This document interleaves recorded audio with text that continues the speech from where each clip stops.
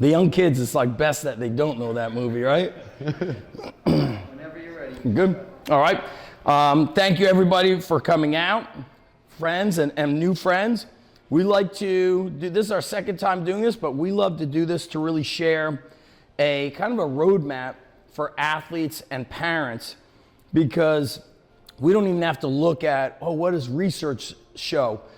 Being here, this is 13 years, but the underground started in 2002 in Edison.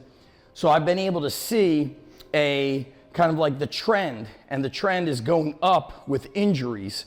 And so Nate, being a former collegiate athlete, he's still competing in powerlifting, but he competed at a high level. He's also been able to see the upward trend, even just being here for a year, seeing all the injuries. And then Dr. Jeff has really seen it. He's worked in pro baseball, and then he works with everyday athletes. And I think back in the day, if we said physical therapy, you thought you were working with senior citizens who were coming out of some sort of a hip surgery.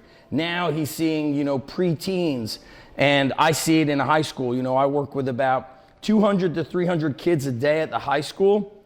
And then here, I see who Nate's working with. We're seeing probably like 50 athletes in a day. And then total, we're seeing somewhere around 75 to 100. And so we see a lot of injuries that are often, I don't never want to say prevention, and Dr. Jeff says that too, but reducing the chances. So I like to give two sides of things, like the dad side with kids in sports, and then just like, hey, here's the facts that we see as strength coaches. So the kids were asking earlier, if you came in, hey, who's this guy? Who's this guy? These two athletes, I had this kid, we called him Curls because he had curly hair. His name's Brian. I taught him in 3rd grade all the way through 8th grade when I was a phys ed teacher. Then in high school, when I started my business out of the garage, we began training him.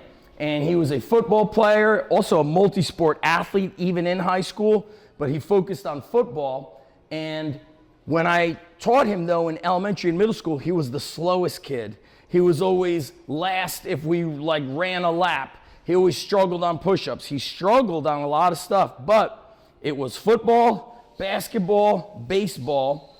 And then I remember teaching him in middle school, and in 7th and 8th grade, he got a little taller, and I said, listen, Curls, you got to start doing calisthenics.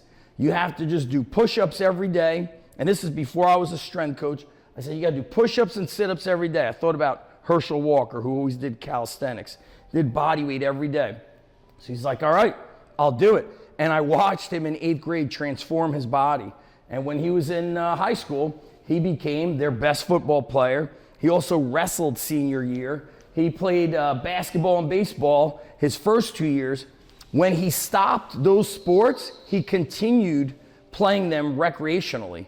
So in high school and in college, these guys would lift, and then at night they would play pickup basketball in the springtime. They were always doing multiple sports, him and his friends. He went on to play football at Johns Hopkins. This is Anthony Rosamili. We called him Rosa. Freshman year, wrestler, 90 pounds. Weight class was 103 and was 0-15. So after the season, his dad puts him in front of the website and says, hey, this is where kids from your school are going, and if you want to win, this is what we got to do. Do you want to do this? He's like, I'll do it, Dad. And he just did everything we said. And he went to 1 wrestling club, and he lifted 3 times a week, sometimes 4. So 0-15, next year 15-1 as a sophomore. Senior year, qualified for states, wins a match at states. And that's from a kid that never won a match freshman year. We sometimes train kids who start wrestling at age 5 and never go to states. But he just followed the plan. And it was like this slow process of gaining maybe 10 pounds a year, which is not even half a pound a month. But he was extremely strong, pound for pound. And just, he never missed. He never missed. Who we are, why you should listen to us. AJ was like, I didn't even know you guys are there. I'm like, yeah, 13 years. We're here. A lot of people, I say this to administrators in schools, like, hey, who's training the athletes? What's their qualifications? What's their experience? All right, that's the most dangerous room in the school. there's literally been deaths in weight rooms from bad spotting, bad coaching, bad decision making. So I've got a master's degree. We started the underground in 2002. So thousands upon thousands of athletes through all these locations, and coaches from all around the world have flown to all the locations. I've coached at Lehigh, Rutgers. I've worked with Naval Special Warfare, which is the SEALs. And we've got Nate, he's our head coach here. He does everything for the athletes, also trains the adults. Nate will get into his accolades later, but it's not that he was just a high-level athlete. He understands training because he was mentored by other people who trained him the right way.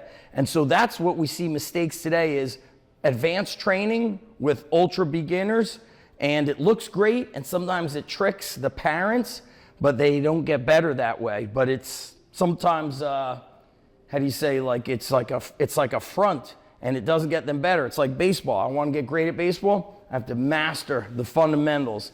Basketball, I always say, what do basketball players do every day? They go out and shoot free throws, and they do layups.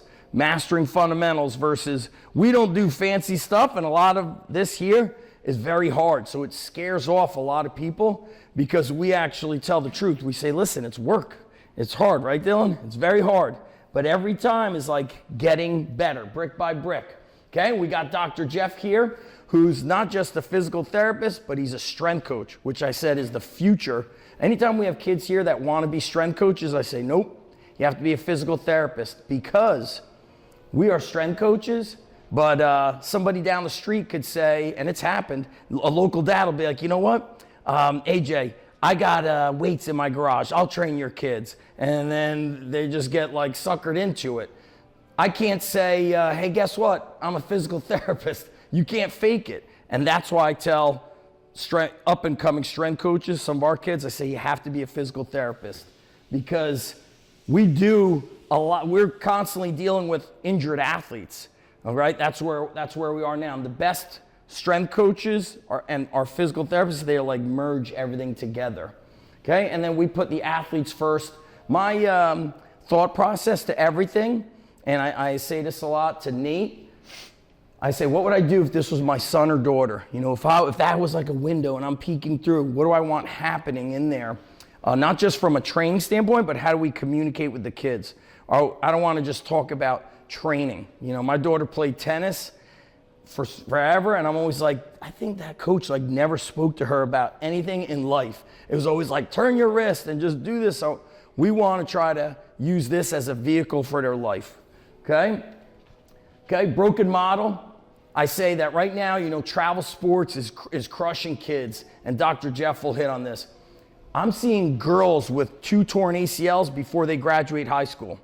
There's zero, I don't know where they'll play in college. And usually they don't want to play in college. They're just too hurt. They're heartbroken and they're physically broken. In the boys, we're seeing ACL, pretty common. UCLs with baseball players. We're also seeing it in some of our wrestlers. I never saw it before. So the UCL is right in here. And we're seeing in wrestlers, they get torqued into just a lot of bad position. But it's not the injury that happened this one time. It was all the stuff leading up to it. Okay, it's like driving my car from here to California. I broke down in Arizona, not because of the road of Arizona. I did all the stuff leading up to it. So now if we think about this, if you play baseball, fall ball, winter training, spring season school, summer ball. So we got 3 seasons plus a winter of training. What the baseball players do in 1 year, and by the way, Brian and I went to high school together. Our baseball team was ranked 4th in the country. And all of those guys played football, most of them basketball, some of them wrestled, and they were 4th in the country. And now, what those guys did in 4 years, baseball players do in 1 year. So in 4 years of high school, they've done 16 seasons, technically. And that's a lot. And so we have to train them to be able to handle that. And so if they're always doing sport, we can't prepare them properly, or if they're with the wrong coach, it's incorrect training. And so it's like, if you're training wrong, you never derive the benefit from it. What's happening now is specialization is not really working. So we see athletes doing a lot of their sport, but not really getting elite from it. They're just getting exhausted. And so they're like, oh my God, I'm doing this practice here at my school, but then I got to go to the practice after. So hockey is right now, as well as hockey travel. So at school they're practicing, and in their head, they're like, I can't go hard now. I have hockey after I'm doing hockey. And so what happens is there's no like depth to the training.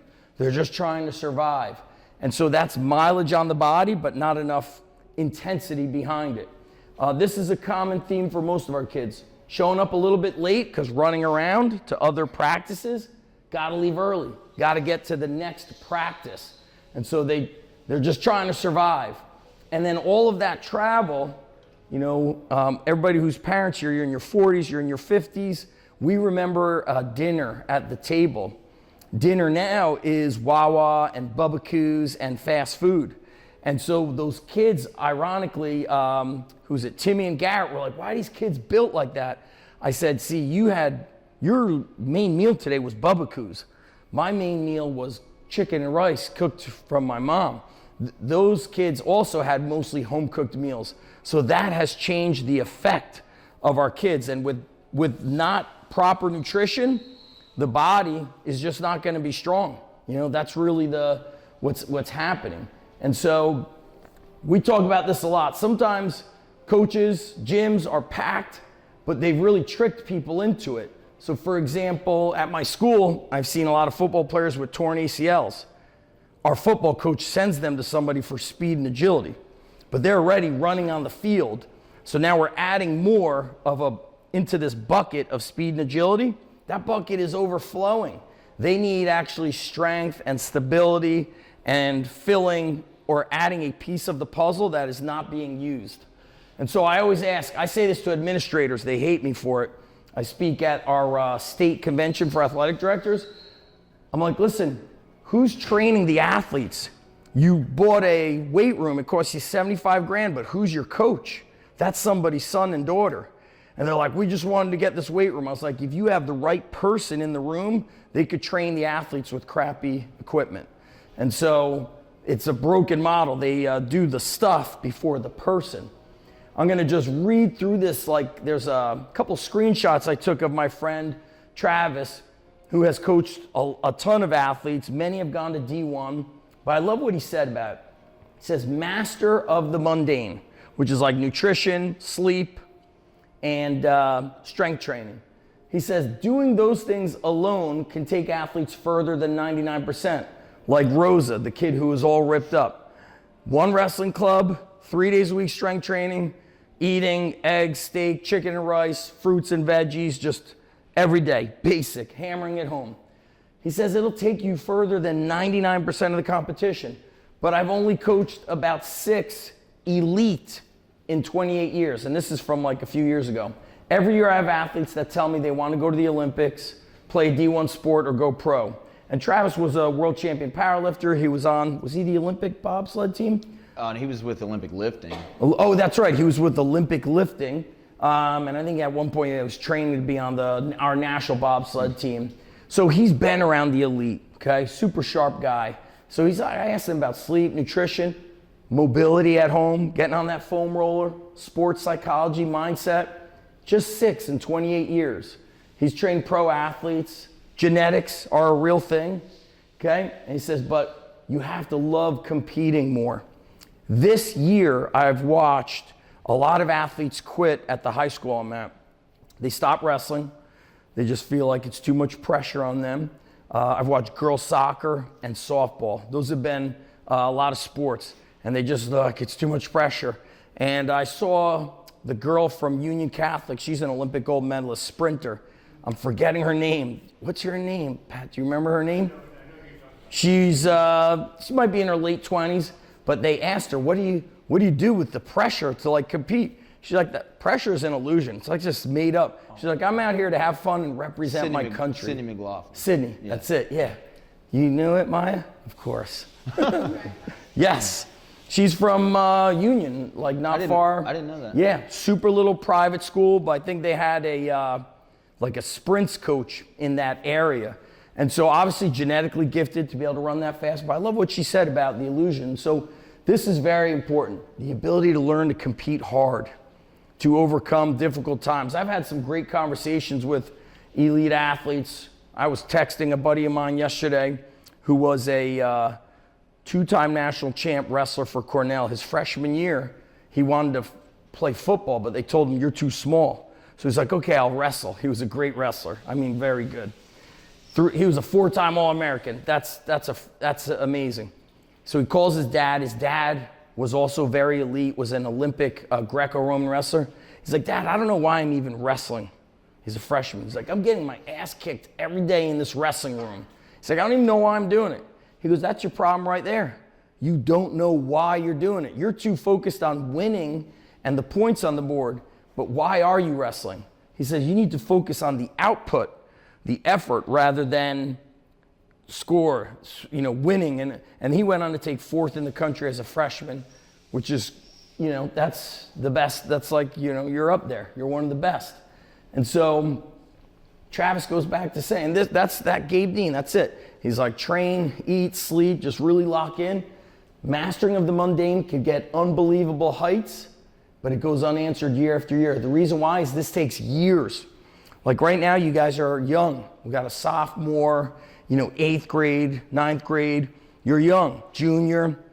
A lot of times when I'm looking at a kid who's achieved a lot, I don't see the end result. I'm like, oh, that's been 4 years of just gaining 10 pounds a year, which is not even a pound a month. So you're looking in the mirror, you're like, I'm not even getting strong. Yeah, you're gaining 3/4 of a pound, but in 4 years, it's 40. What if it's 18 pounds, a pound and a half a month? Okay, what's 18 times 4 and 8? 36 times 2, 72, something like that. There you go. 72 pounds in 4 years. That's a massive difference, but it's 18 pounds. 18 pounds doesn't look a lot different on me. 36 pounds looks different. And so it's all of like the stacking the wins, okay? I'm too busy. My mom won't cook it that way. I don't like that food. I can't fall asleep at night. I'm too busy in the morning. No instant gratification, okay? We got to get past that, okay? I tell this to parents. We got a couple of our dads here. We never want this place to stress you out. Meaning if you're like, hey, we're busy, I say, come for 30 minutes. We'll make it happen. I've traveled the country with my kids, not because I wanted it, they wanted it. We really integrated family into the sports. I don't want to say it's worked great because my daughter is doing really well, but my son had a lot of injuries, and I probably, if I would have known Dr. Jeff earlier, that would have helped. We always did a ton of treatment, but if you don't go to the right people, nobody could identify mistakes. So my son had a lot of pitching injuries, and now I think he knows what it's like to be hurt so much, he doesn't want to go back to that. So sometimes you're trying to find places, but you can't find a great coach. That's sometimes the heartbreaking truth. We are not the most important thing. The sport skill is the most important. We have to help your body stay durable enough and build a more powerful car engine to withstand it. And then our best athletes, the truth is, so we don't want to stress, I always tell parents, listen, if you can't make it here or you can't come during the season, we're canceling. We don't care about your membership agreement said this or that. We're doing as if you are our son or daughter. But then I also say, we won't lie to you. Our best athletes, they'll show up at 6. Nicholas is lifting at school. Then he comes here. We tweak the workout. So our best athletes always, they never did an either or. They did a and. They always brought stuff together. Okay? Long-term athletic development. That's me. Who's this? Nate, this is you? Yeah. I'm Nate Stout. I always talk about long-term athletic development, but that's our motto, by the way. Somebody reached out to me. It wasn't AJ. Somebody reached out to me.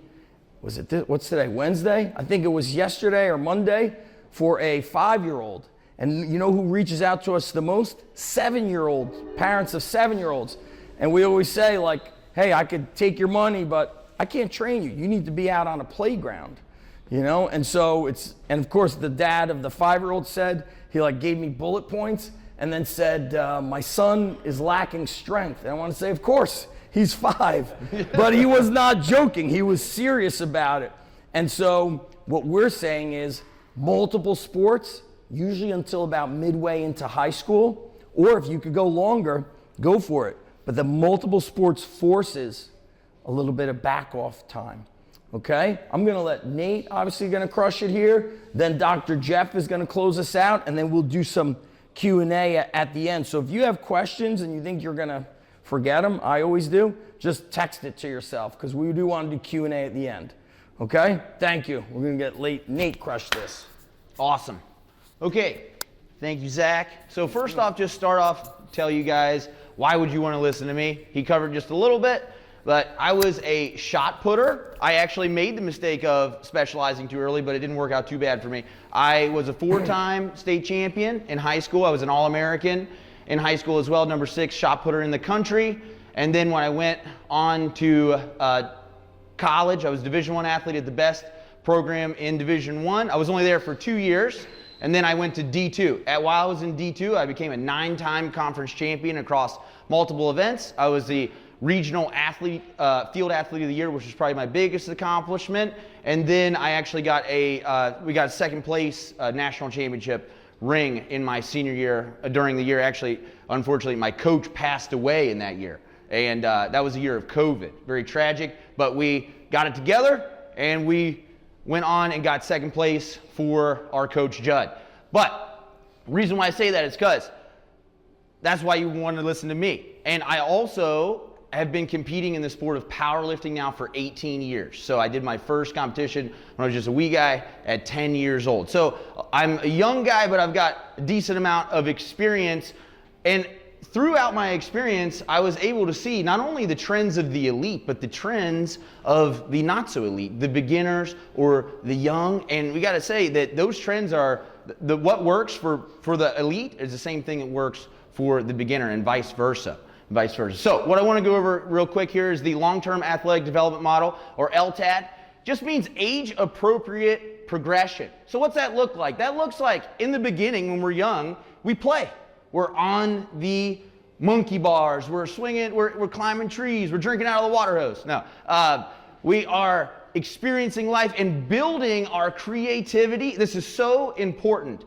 A great strength coach, worked for the Carolina Panthers, named Joe Ken, talked about, hey, these old school gym teachers actually had it right when they just said, roll that ball out, you guys figure it out. That is such a crucial thing, because now we have kids that don't know how to be creative. They don't know how to lead a little, like a group of pick up basketball or something. That's where we develop those skills in our play phase. And then we become interested in sport. Hey mom, hey dad, I think I might want to wrestle. But we're just interested. We're still playing. We're doing it for fun. We are forming our likes and our dislikes. We learn, hey, I really like that type of sport. I don't really like this type of sport. But we're just interested in it. Then we get interested in the training of it. It's still got to be fun. And then we train serious. What we see right now is we see so many times, we go straight from play to train serious, okay? We're skipping so many crucial steps that lie in between, that have to build on top of each other to make it to where we train serious. Because here's what happens.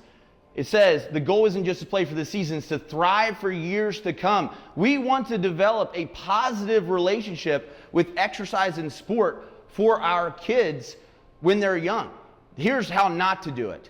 10-year-old kid, try to turn them into a professional because you think that they're going to be the next elite. Like what Zach said, Travis Mash trained only 6 elite athletes in 30 years. So I know that your 10-year-old child might be a killer soccer player or might be a killer baseball player, and they might be better than the ones at their age. But guess what? That 10 or 11-year-old body, it's nothing like it's going to be when it's 18 years old. So don't skip those major things to go straight to train serious and try to make your young athlete an elite athlete, because outside of just the physical wear that you will put on them, you're going to burn them out mentally. And we see this of an athlete, like they're on club teams, they're doing all this stuff, and then by the time they're 13 or 14, they don't want anything to do with sport anymore. And like that is not a positive relationship with exercise and sport. That, sometimes those athletes don't want to do a sport ever again because they're burnt out. They don't want to do it. So we want to encourage long-term focus, discourage early specialization. So that means like what I'm talking about, turn your 10-year-old into a professional soccer player. They're playing all year round and that's all they're doing. They become a specialized athlete without the proper like body mass and durability to be able to take them through that process. So let's moving on more to the training side of things. So this is my meat and potatoes, what I really like to talk about. But we want to, like what Zach said, master the mundane or master the basics. So when an athlete walks through that door, I am really going to emphasize movement quality over load. So when they walk in that door, we talk about it. The assessment starts as soon as we see them. What's their posture look like? Are their toes out like this? Are they standing like this? What do they look like when they bent down to tie their shoe? Can they do a proper body weight squat, a push-up, a lunge, a pull-up? Probably definitely not a pull-up. So those are very basic, fundamental patterns. The squat, so bending at the knee. The hinge, bending at the waist without rounding over really bad. A push, a pull, both horizontal and vertical. A carry and a sprint. There's other things in there too, like rotation, and like we like to do a lot of kettlebells and sandbags, gets a lot of the in-between stuff. But these fundamental patterns, if you can't do those fundamental patterns, you're pretty much cooked on trying to do your skill, all right? So we talk about this. If you can't do a proper push-up and you fall down flat on your face, how do you get up? You gotta like roll off to the side. You gotta like it takes 3 times longer and you can't catch yourself on the way down. So, very, very high risk of injury there. So we've got to get strong in those fundamental patterns. Proper strength training reduces risk. It never eliminates it by increasing joint stability, muscular strength, and overall body control. We've got to put muscle mass on our body. We've got to build strength on our body to make ourselves durable. Zach hates the word, but robust. All right, robust, resilient, all those catchy words, but that's what we got to do.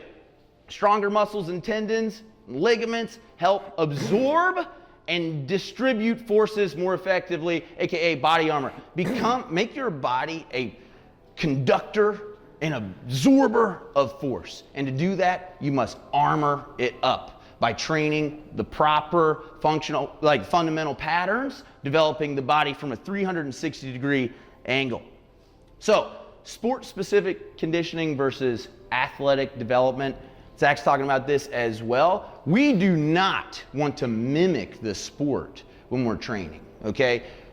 Just because something looks like the sporting action doesn't not really mean it's gonna make a sporting action better. That is for your skill coach. What we do in the weight room is develop the body, develop the squat, develop the hinge. That might not be a barbell squat. That could be a body weight squat, And so we don't want to try to mimic that sport. You see the elite of the elite maybe doing that, and they can get a little something out of that, but they have spent years and years on the fundamental patterns. So build a strong and explosive, well-rounded athlete first, okay? GPP. GPP means general physical preparedness. So that means, that word is general, okay? What we do in here, unless you are a power lifter or Olympic weightlifter, this is very general. So we do not want to mimic that sport. And then consistency will always beat intensity. Our best athletes find a way to train all year round. Zach said it. They don't do an either or, they do an and. The best program is the one you'll stick to. So, what does that mean? If we're exhausted from our program, we're probably gonna not wanna stick to it. It's like, if it becomes too much of one thing, we probably don't want to do it. So what we have to do to combat that is to fill the gaps of the training that they're doing with their sport. Think about this. If you spent, like we've got wrestlers in here right now that have 3-hour practices, mostly running, 90% running. We would not want to do conditioning work in here with those athletes. We want to complement or fill the gaps. So that's what our in-season training is going to look like. Short workouts that stimulate the body without too much recovery cost. So if there is 5 sets on a workout that's on the board, we get that athlete that in season 3 sets. We stimulate the body, we get them strong, we stimulate their strength without trying to kill them. And we got to be paying attention to what they're doing in the sport, and we always try to tailor that to them. Always. Doesn't matter what sport you're in. So modify your intensity, like what I'm talking about. Modify the workout, not your commitment. When you start to throw the commitment to this out, then bad things start to happen. But that's all I got. I'm going to let Jeff take it over. But thank you, guys. Awesome. All right, so kind of just a quick little bit about myself again. My name is Jeff Lewis. So I own, along with my wife, Lewis Physical Therapy and Sports Rehab in Point Pleasant. We opened up there probably about 3 years ago. Outside of our private practice, I have been fortunate enough to have been in the professional sport world for probably about 4 years altogether. So starting in 2020, I was fortunate enough to be in the Houston Astros minor league system. Next year, I was up with them in the big leagues, and I was fortunate to be there for the 2021 and 22 season when we won the World Series. Came back home after we had our first child, and then I was actually with the New York Mets this past season as one of their major league PTs. So I've been fortunate enough to have been at not only the highest level from a professional sports standpoint, but also to see some of the trends up there, but also at the kind of local high school, youth, and collegiate background as well. And that's kind of what a lot of what I pull a lot of my experience from. It kind of goes in a little bit of both directions more than anything. But what I really want to talk about here, and Zach mentioned this early on, of can we 100% prevent injuries? Contrary to what a lot of people say online and social media, no, you cannot prevent injuries. Things happen sometimes. There could be freak accidents that lead to injuries on the field. You see it a lot in the kind of contact sports more than anything, but we absolutely cannot 100% prevent injuries.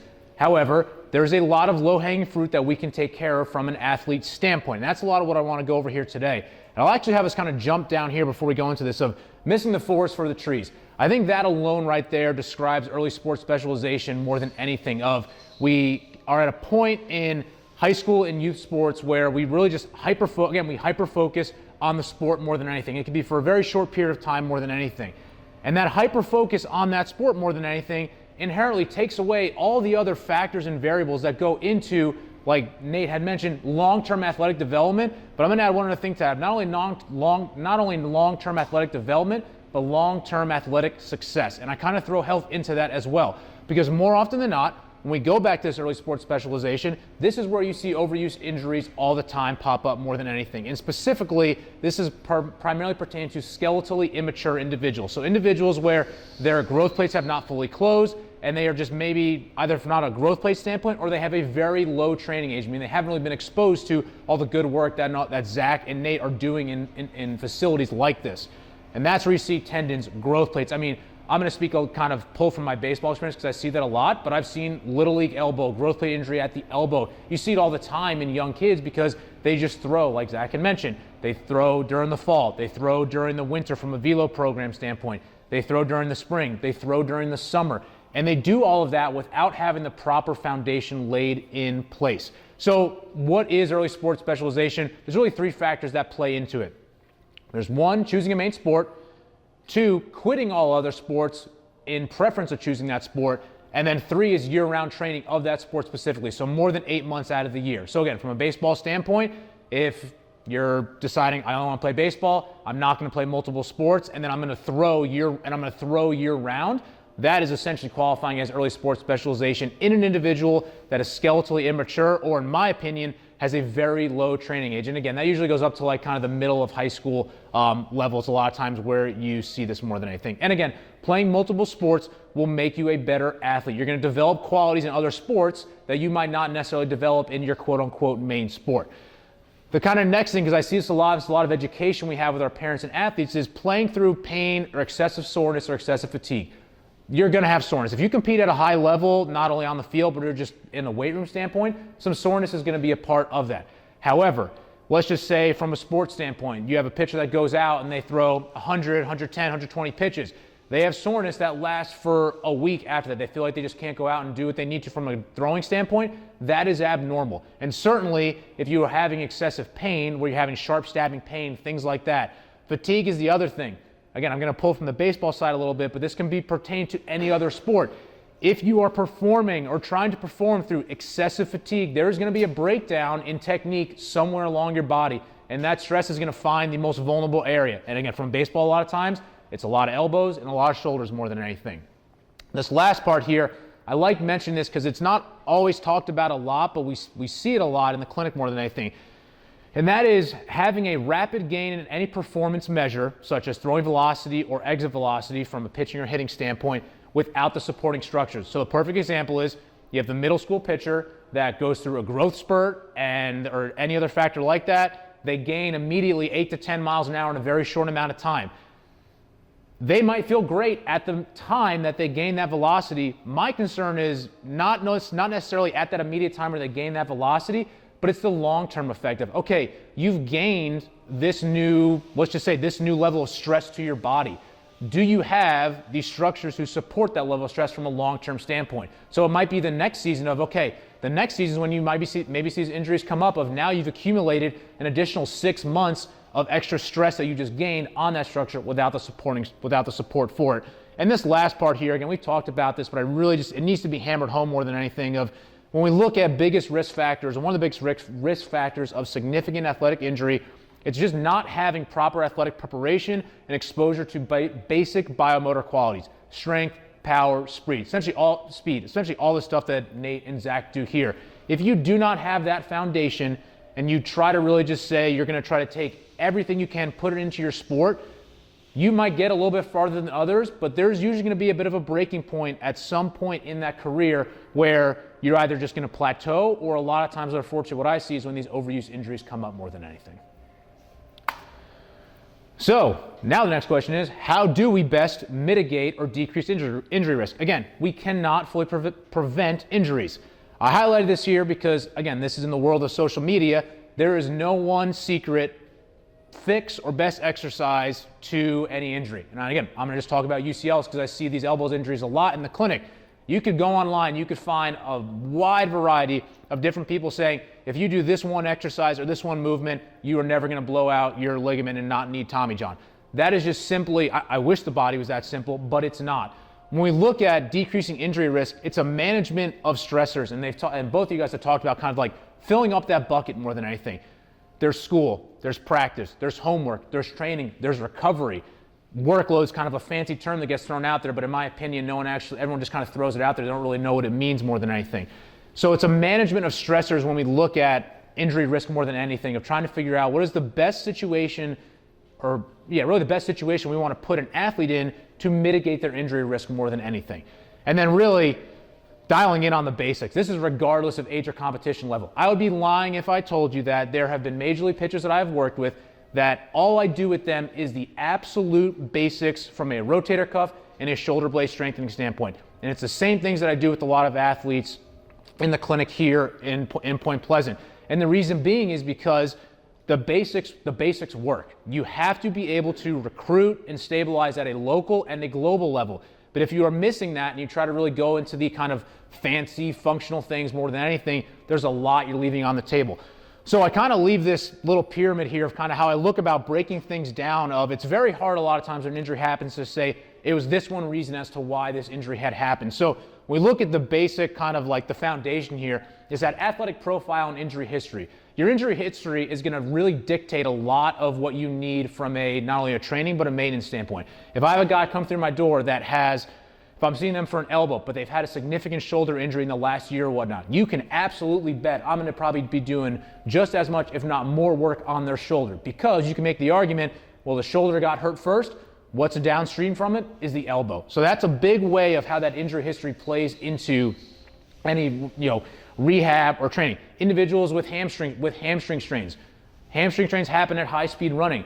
If I have someone that has a history of hamstring strains, they absolutely need to be doing high-speed running at least once a week, pretty much throughout their entire in-season. If you are not getting that injury that they had in their past, the likelihood of that coming back up is absolutely very high. So that's a lot of different things. Those are just two very small examples, but that has to be taken into consideration. You cannot look at every athlete the same, not only from a rehab standpoint, but also just what they've been exposed to more than anything. Year-round strength, speed, plyometric training, all the stuff that Nate and Zach are doing here. And I really should have bolded year-round in there because I see it all the time. Baseball that trend is kind of moving away of like people not lifting in season because it hurts their flexibility and whatnot. They're starting to be a lot better about that. But even still, year-round, especially in-season training, it is going to help maintain durability from a soft tissue and a joint standpoint more than anything, especially if you have these individuals that are playing on multiple teams more than anything. The worst thing you could do is go and ramp up your pitching, playing volume, whatever it is, and not have a supporting structure to it. So there absolutely has to be year-round strength training, and strength and speed and plyometric training. This part here, nutrition, recovery, workload. I kind of put it all together here because I'm going to talk from the kind of rehab side of things on this, especially is, say you have an individual after a massive surgery or a massive injury or whatnot, and they come in, they're saying, each time they come in, they're saying, yeah, I was just, I got fast food on the way here, this and that. That is not going to help the healing process throughout the body. It is a small piece of it, but it's an important piece of it more than anything. You could do all the fancy arm care, everything that you see on the internet and whatnot. If you don't at least have your nutrition, your recovery, and again, your workload is kind of, that goes into like just how frequently you're playing. If you don't have those things dialed in, you are not going to be maximizing your ability to stay on the field or get back to being on the field. And that's why I put at the top here, targeted interventions. There's absolutely a time and place from a maintenance or injury risk standpoint for certain exercise that I'll usually prescribe with guys. We'll just talk about from an arm standpoint here. But again, that is a very small piece of the puzzle. You could do the best arm care. Again, and arm care is a little bit of like a fad word that really more than anything just means good quality training. You could do the best rotator cuff and scap exercises out there. But if that's all you're doing, you're sleeping 4 or 5 hours a night, you're eating garbage throughout the day, you're not doing anything in the gym, and then you're not addressing what you've had in the past from an injury standpoint, that is not going to be what puts you or the athlete in the position to succeed long term. So that is a lot of, again, that's a lot of more than anything. Like when we look at just decreasing injury risk, there's a lot of things that go into it. It is a very multifactorial process, but as you can see, there's a heavy blend of a lot of the stuff that gets done in facilities like this with Nate and Zach, how that very positively influences injury risk. And then obviously there's the kind of the very specific rehab side of things that I'll have to address once guys come in, after an injury or whatnot, when that does happen. But that's really all that I have, and I wanted to kind of bring it back to you. And come up and do Q&A. Yeah. Dr. Jeff, when you were talking about like an athlete maybe not doing something, I see this a lot. I hate to say it. A lot of times it's coaches training the kids wrong. So right now is winter sports began a week ago. When we mentioned wrestling a lot, basketball, they tend to not do it. They do their skill work. We have wrestlers that are just running for 2 weeks. It's the dumbest thing. They should wrestle and build fitness through wrestling. Or, we got baseball players here. My son has been on travel teams, but they don't teach him how to pitch. And I remember my son said it so matter of fact, he's like, yeah, Dad, you gotta pay extra for that. I'm like, I'm already paying a frick ton of money. I thought I was paying them to coach you. He's like, no, you gotta go somewhere, and they just let them do those things. It's and so sometimes we're handing off our kids to the people that are supposed to train them properly and the wrong training. And so when you talk about so much baseball, nobody was teaching my son how to pitch when he had a growth spurt. Yep. That changes things. And you mentioned they gain that strength. I know Nate has heard this. A guy that we know, he's really looked up to because he's very smart. He's like, once an athlete sets a PR in the gym, they should just go home. Yep. So let's say they squat heavier than normal one day, they should leave. One time I had a kid deadlifted 600 pounds, and he's like, oh, what do I do now? I was like, actually do whatever you want. And I remember he went and curled 20 pounds. I'll never forget that. He did concentration curls. They were like, what's he doing? I was like, he can do whatever he wants. Because he just deadlifted more than ever before. And what I really should have done is just sent him home. Because the body goes into a shock. So what we're also doing is preparing, I hate to say it, we're preparing the athletes for the messed up stuff that their coaches are going to do. That is sometimes I'm like, oh my God, that is crazy dangerous. So we're preparing them for the wrong stuff that might happen. You really need a coach that understands the overall, as Jeff calls it, workload. What is all the stress? What is it doing to their body physically and emotionally? But I think we would like to take questions. There's no dumb questions. We would love to have some questions. Could come from the athletes and of course the parents. Does anybody have any questions, even about something we haven't mentioned? What is the appropriate amount of time they should spend in the gym? How many days a week? I would say it depends. What is the time of year in the season? So what are Dylan's sports? Which sports? Baseball, a little bit of football. Okay, so baseball and I remember I told my son, I was like, tell them you're not training fall ball. He's like, Dad, you signed a contract. I thought I was like in prison. I was like, I didn't even know. It was mandatory. So that being said, we listen to them. Hey, I've got a tournament coming this weekend. So we adjust the training, the intensity of it. We might make it a little bit shorter, but I think 3 days a week strength, I call it strength training, strength and conditioning, strength and performance. 3 days a week is great. When they're busy in season, can they do twice a week, but shorter, like 30 minutes? Some of the best kids we've trained, we're doing 25-minute workouts, 25 minutes. Some kids though like to train more, and because they like it, even though it's not maybe scientifically correct, they actually feel better from it. So we allow them to do more.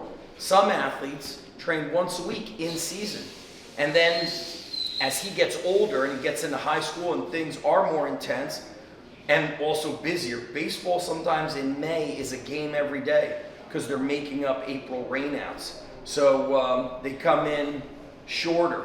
I had a baseball player who loved to train heavy, who's kind of the opposite of most baseball players, especially this was 10 plus years ago. And so when the season started, I said, now we're not gonna lift this heavy. We're gonna go a little like more medium weight and more speed. In the beginning of the season, he's like, I feel great, I'm killing it, I'm hitting doubles and triples. And if you're in baseball, you know that doubles and triples are really not that easy to hit. And then a month in, he's like, I don't know what's wrong with me. He's like, I'm barely hitting singles, I'm barely getting on base. And I said in my head, oh my God, I broke my own rule, which was train the athlete to their personality. So he started lifting heavy again. And I mean, he would like deadlift up to 1 or 2 hard reps.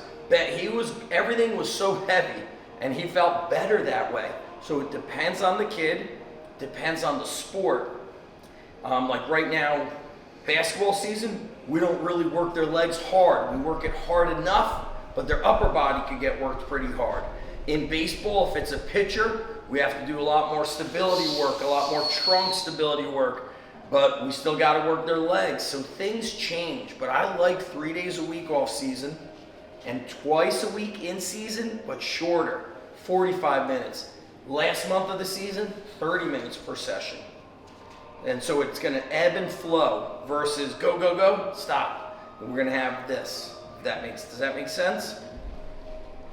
What else do we have? Any questions? Got a question for the doctor. Yeah. You talked about during season for baseball players with flexibility. Could you touch on it again about lifting and losing flexibility or gaining? Yeah, so I think it's a bit of a. There used to be the trend in baseball where a lot of individuals would not like to lift. They would not like to lift in season because they felt like it made them too bulky or whatnot, or that they would lose their flexibility, or it would impede their flexibility, impede their pitching motion and whatnot. And I just don't think I don't think there's any truth to it, to be honest with you. Guys have been throwing since they were like 8 years old and whatnot. It would take a lot for them to be able to lose there's guys that can get their forearm perpendicular to the ground essentially.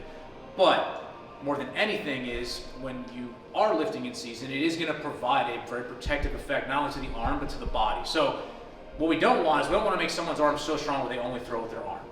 What we really want to focus on more than just like Zach had said is the lower body and the core. Because when you look at a lot of stuff like, let's just go back to the fatigue side of things more than anything. If you're a pitcher, starting pitcher, if you're planning on going 80 plus pitches a game and whatnot, the minute you show any signs of fatigue throughout a lower body or a core standpoint, all that stress is going through your arm more than anything. So that alone more than anything is if you do not train from a lower body and trunk standpoint at a minimum in season, you'd absolutely still need upper body. But if you don't train the lower body and trunk, you're just setting yourself up to get essentially more fatigue throughout the season and gradually accumulate more stress on the arm. So I very rarely, at least at the professional, like you don't see that. Guys train all year round. Just like Zach has said though, in-season training is very different from the standpoint, and you're not going to want to crush from a volume standpoint. It's all getting the work in more than. That's what I tell guys more than. It's like you have to train. And even when a guy's injured, say they're in a brace for their throwing arm and whatnot, you got a lot of other things you can keep training, and you should keep training.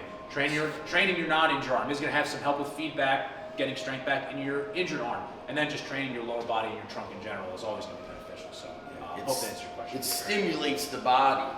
You know what you said, Dr. Jeff? When I used to take my daughter for tennis in Florida at the Rick Macy Academy, where they did that King Richard movie with the Williams sisters. So one of the moms, her boyfriend was pitched in the major leagues. And I remember he said to my son, he goes, the reason why I never got hurt is I used my legs and my body. He said my arm was just the release. And what he was trying to teach my son is like, it's coming from the feet, the legs, the hips. And then as much as Jeff says core, we say core, but kind of look at it like this is the core, but the trunk is the whole body. And I think have you ever heard of the word, they call it like spinal engine? Yep. That's a great phrase, like your back is like an engine. And so it gets us to really think differently about the body. But if you are, Jeff was mentioning, oh, do this one exercise and you'll never injure your arm. You know, it's the whole body. Everything is working as a unit. It's all tends to be connected. The tricky thing is, I think every athlete here will get hurt. Even, you know, our young girls in the sports, there's an injury that's going to happen. But if you're better prepared, the injury is less severe, hopefully less severe, and the recovery is so much faster. So here, you know, you guys all think all this training is normal because you see each other doing it.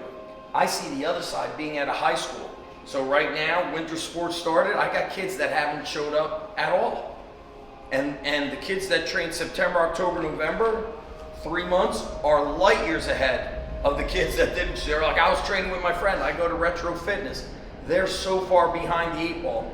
And we've already got injuries in wrestling and basketball. Ankles from basketball, all the kids I never saw. I didn't see them at all. In wrestling, we got somebody who already broke a collarbone. This hurts, that hurts. You come in highly prepared, and that reduces chances of all the fatigue from sport practice. And unfortunately, listen, the high school does not have elite coaches. A lot of the higher level coaches, they don't want to be in the high school level anymore, okay? Because you got to really build those kids. You have to develop them. And so we're really struggling at the high school level to get somebody in who could build and develop you. It makes it even, sometimes they kind of leave the freshmen they're like, let's just let the club handle those kids and build them up for us. Yeah, Chris, did you have a question? What type of recovery at home do you recommend for competitive? Yeah, we'll let Nate and then Dr. Jeff. Yeah. Very good sleep hygiene, nutrition. And then also, you know, we talk about, you know, we always are sending kids to other places for them to work on you, which is great, like what Dr. Jeff does. But there has to be a component of, I'm going to work on myself, okay? So foam roller, stretch, mobility on your own.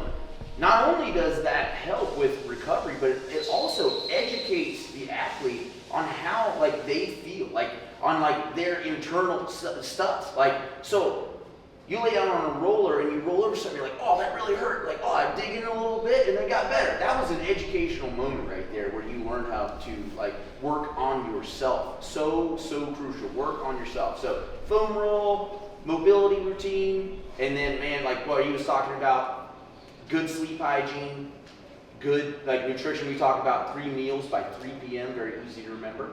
3 meals by 3 p.m. every day, non-negotiable. Those things compound over a long period of time, and that's what's going to ultimately be the main driver of your recovery.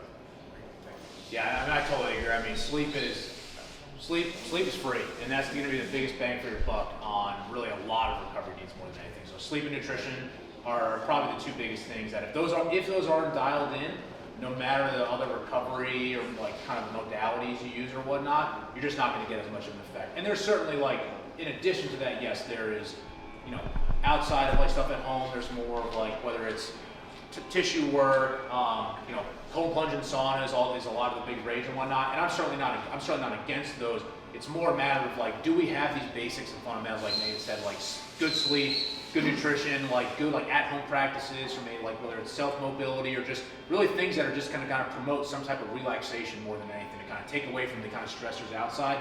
If those things aren't in place, all the other stuff to me is kind of just like extra noise more than anything, and not not really allowing the athlete to take the best use of their time. So I completely agree. I mean, sleep, nutrition, and then finding things that work for them, foam rolling, mobility, like those are all really, again, I said before, really low-hanging fruit that a lot of athletes can get a lot of benefit from. Speaking of cold plunge, we do have one at home that we use from time to time. What would be the best time to use that? So I think that is very person dependent. I in general have moved away from icing or very cold plunge specific stuff immediately after activity. Especially like the classic example, like 10, 15 years ago, pitcher comes off the field, you see them immediately get a bag of ice on their shoulder. The thought, a lot of this has changed in the sense of anytime you perform any work, whether it's work in the gym, work on the field, you're going to have some type of inflammatory response. Good inflammatory response that's going to help you recover more than anything.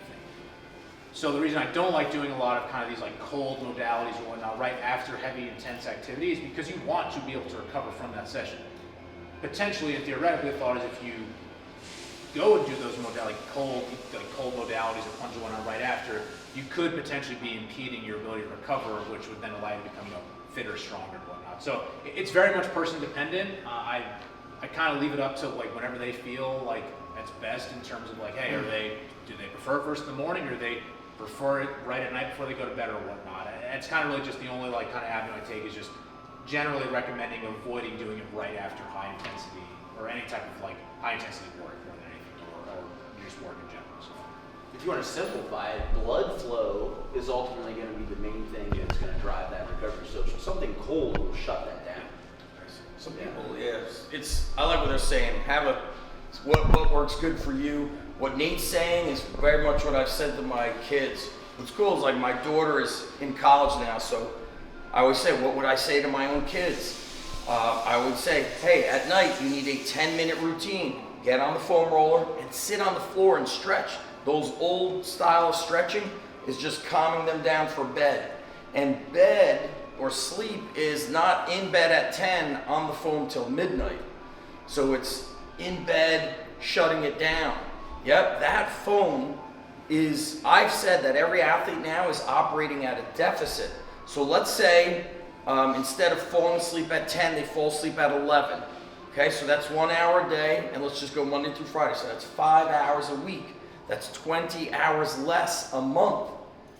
All right, that now, I'm gonna say across 10 months, that's 200 hours less. Also, this generation doesn't know really how to nap. Anybody who's my age, remember we were younger, you didn't have something going on, you were tired, you're like, I'm just gonna go to sleep. You felt better from it. And from a nutrition standpoint, I found that the kids are underfed, whole food. So when I feel run down, even at my age, I go to bed, I try to go to bed an hour early and up my protein. Chicken, steak, eggs. And in the morning, basic, 2 glasses of water. So we say these things, and I get to really hear it on a large scale number at the high school. Hey, are you rolling out? I have a foam roller. Yes, you have it, but you have to use it. Too often the athletes are waiting for an injury or feeling like crap to use that stuff. Or even training, like it's a month out from the season, I gotta train now. No, it's not the month, it's all the bricks we laid before. So this is it's just a long drawn out process, just month by month, year by year, brick by brick. It's all those basics. Could we get another question? One more maybe? Yes, Ron. And speaking of nutrition, I'm just curious, like for 14 and 13-year-olds, as far as like for the group, like supplements. Oh yeah. Dan was supposed to come here from Jersey Shore Supplements. So What do you advise, or what do you think? I'll pass it to them after this. We say a lot of times people creatine is the most researched and the safest. It's safe. It doesn't hurt the kidneys or anything. For us, as we're older, it's actually also good for cognitive function. Creatine is not going to make or break anybody. Whey protein powder won't suddenly turn somebody into a beast. It's protein. We tell the athletes you're busy, you're on the run. Meaning in the morning we don't want a protein shake. We want our eggs, we want maybe oatmeal with fruit and sliced almonds. We want real food. The protein is just kind of an extra supplement. It's like an add-on to things. So I like the basic vitamins. I go to the health food store in town. Vitamin C, D, magnesium, and zinc. And I take some other stuff. That guy will sell you 50 things if you let him. But I always say vitamin C, D, magnesium, and zinc. Protein powder. We're busy. We're rushing around a lot. I got 2 games today, and it's friggin' hot out. Okay, we'll probably have a protein shake and fruit. But I like seeing protein, and I found that creatine does help our kids if they're struggling to put on size, because it helps. Like it's like water in the muscle cells, right, Jeff? So we've seen it help, but never has been like rescuing somebody who's not eating enough. And when it comes to food, I've been making my kids breakfast since day one. I don't care that they don't want it, I'm doing it. They're waking up, and it's always been eggs all the time. It's eggs and toast and butter, eggs, toast, jelly. Weekends is pancakes. Lunch, I heat up the food, put it in a thermos. So he has lunch. My son doesn't do it anymore, but he used to do the lunch in the thermos plus a Jocko Fuel. He would take it. I think he might buy a cookie or something when he's there. Then come home, early dinner, and then it's usually all the sports stuff. Then it's another dinner, okay? But I found like we're struggling with size. Let's drink more milk throughout the day. But the protein shake is like, it's extra. It's never in place of. And creatine, I really do like creatine. What do you got, Jeff? No, I mean, that's pretty much all. Like, I pretty much agree with just that. Yeah.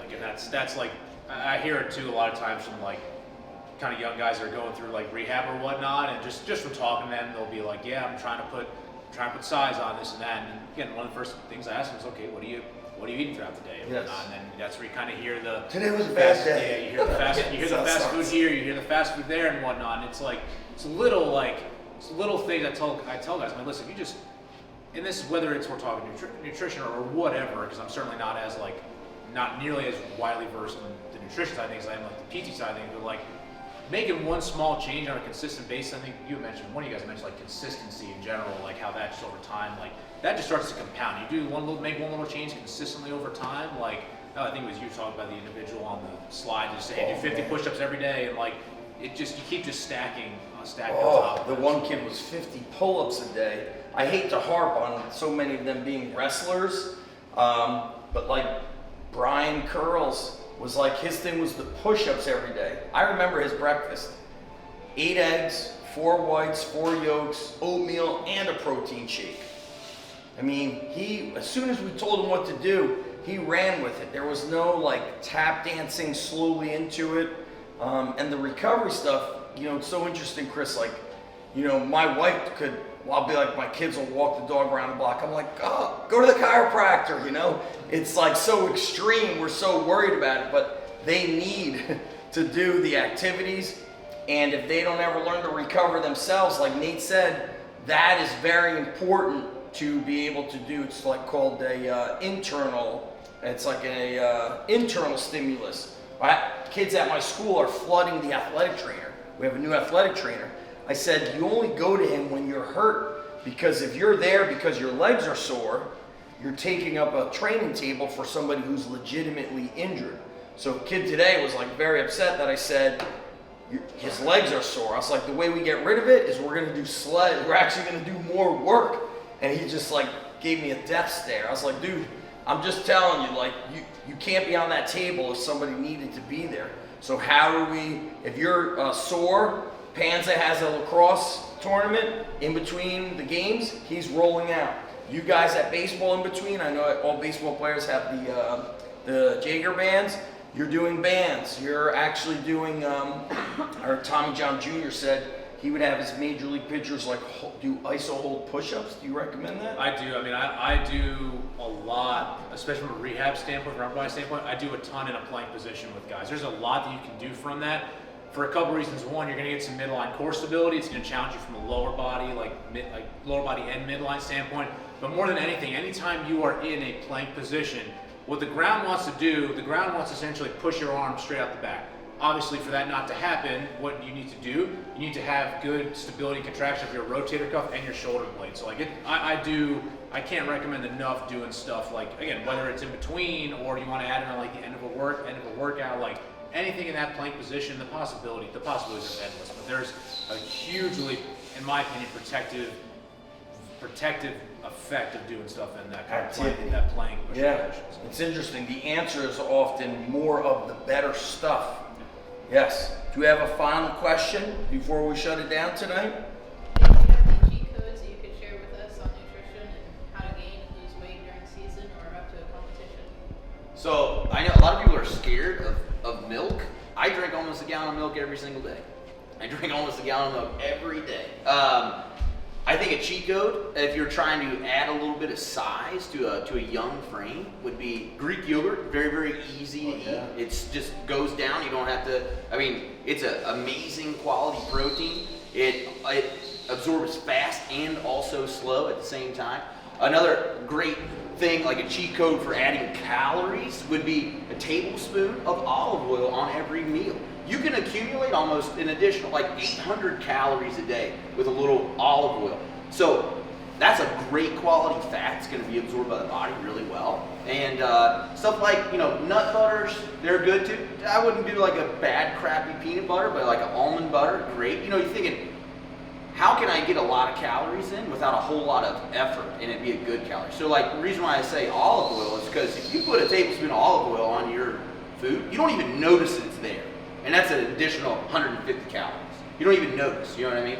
And so things with people are scared of fats. Fats are good. Fats have a lot of calories in them. And everything works in vice versa as well. If you're looking to cut a little weight, you could pull those fats a little bit. People want to yank the carbs, especially out of wrestlers' diet. And what's that do? It just tanks your energy. So you could manipulate it however you want, but yeah, I would say Greek yogurt, huge cheat code, milk, eggs, like whole foods like meat, like steak, chicken, fish.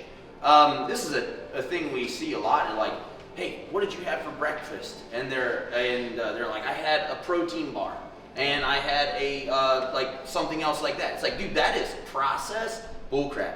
It's called a supplement for a reason. It's supposed to supplement you. It's not a crutch to just be like, that's what I'm going to have. That's what I'm going to have. I'm just going to have like a protein bar in the morning. No. Wake up 10 minutes earlier and fix yourself some food. People say, oh, my son or daughter is 13 or 14 years old.